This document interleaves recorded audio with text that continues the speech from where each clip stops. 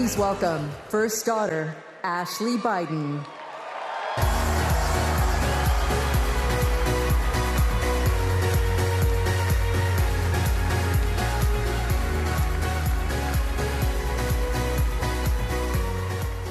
Good evening. I have this memory. It's the eve of my 8th birthday. Dad is still in D.C., tending to urgent matters in the Senate. That night, as a surprise, Mom told me, Bo, and Hunter to get in the car. I remember pulling up to the Wilmington Amtrak station, riding up the escalator to the platform. The train stops, doors open, and Dad steps out. As soon as I saw him, I run down that platform and jump into his arms. Like magic, Mom brought out a cake, they sang happy birthday, and I blew out the candles. Dad hugged me, and he said that he had to get back to work. He crossed to the southbound train, and off he went to D.C. That was a snapshot of one moment, of one day, on this extraordinary journey of being Joe Biden's daughter.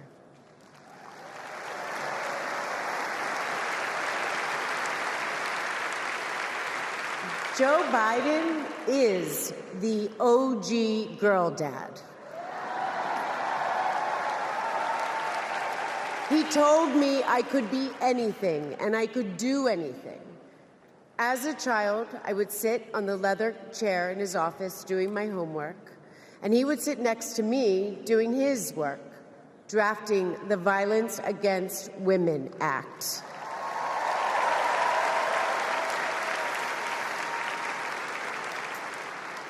And he wasn't just a girl dad. And he wasn't just a girl dad. I could see that he valued and trusted women. How he listened to his mother, how he believed in his sister, and most of all, how he respected my mother's career. Dad was always there, doing everything he could to be a true partner to her. Dad, you always tell us, but we don't tell you enough, that you are the love of our lives and the life of our love.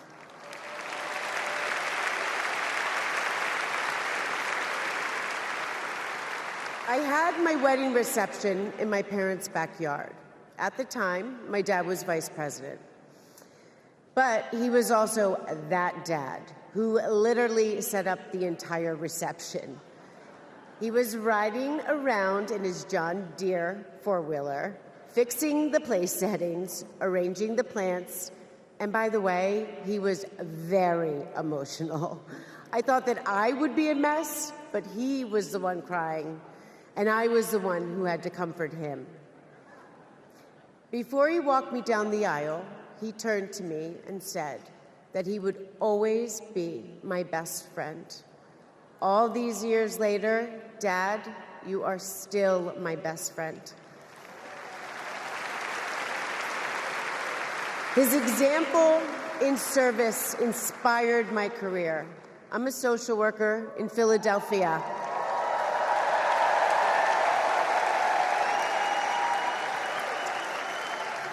I support formerly incarcerated women as they heal from past trauma and they reclaim their lives.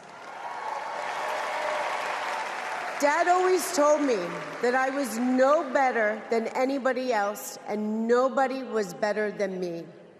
He taught me that everyone deserves a fair shot and that we shouldn't leave anyone behind. That's what you learn from a fighter who has been underestimated his entire life. When I look at Dad, I see grace, strength, and humility.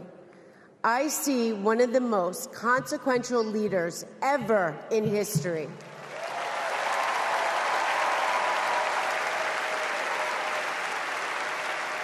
And I also know that he never stops thinking about you, about your dreams, about your dignity, about your opportunities, about your family. Dad knows that family is everything. When Hunter and I lost our brother Bo to cancer in 2015, the grief and the pain felt like it might never end. Dad had the capacity to step out of his own pain and absorb ours. And I know that Bo is here with us tonight, as he is always with us.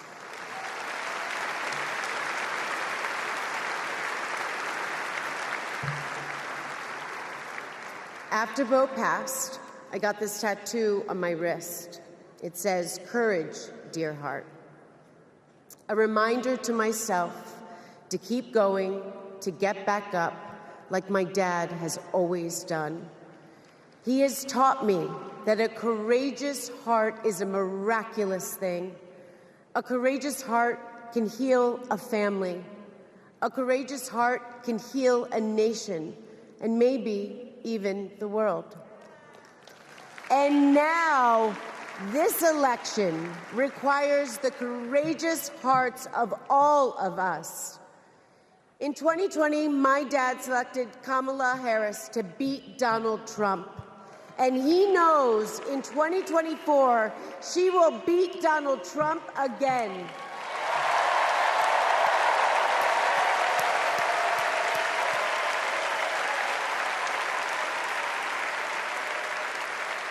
So tonight, I am asking you, if you stood with us in 2020, call upon your courageous heart. Stand with us today. Work harder than you have ever worked before in your life. This is the fight of our lifetime. Our freedom, our democracy, our reproductive rights. All of this, all of it is on the ballot. And I know together we can do this because my dad helped show us the way.